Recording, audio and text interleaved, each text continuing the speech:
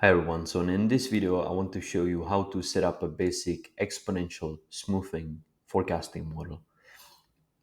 To start with, we have this table with actual data. So we have a column with period or T, then the actual sales values. So we have actuals or X for period T, and then we will have values for forecast or A hat for period T. We will be using this exponential smoothing factor alpha. Alpha is between 0 and 1, but typically people use values between zero point 0.1 and zero point 0.3. The higher the alpha, the more weight you are putting on the most recent observations. And then to generate the forecast, we will be using this model where we can go ahead and start.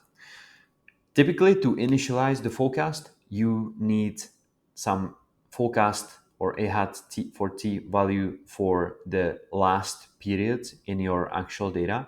So if you don't have one, standard procedure is to just set your forecast equal to actual. So we're gonna go ahead and do that.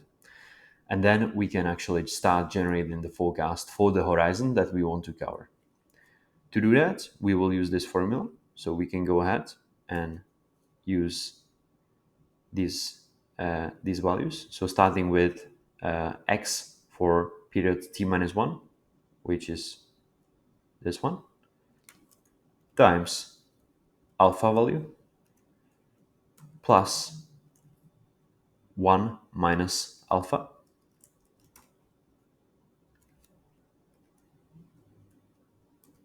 times a hat for period t minus 1. Again, this one here. We can go ahead and drag this down, and we now have the forecast ready.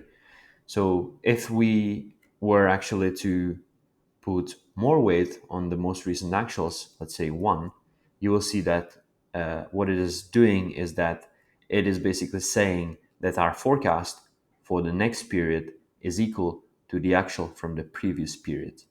So in period 14, we are basically forecasting 224 based on the actuals from the previous value, and doing the same for any future forecasted values as well.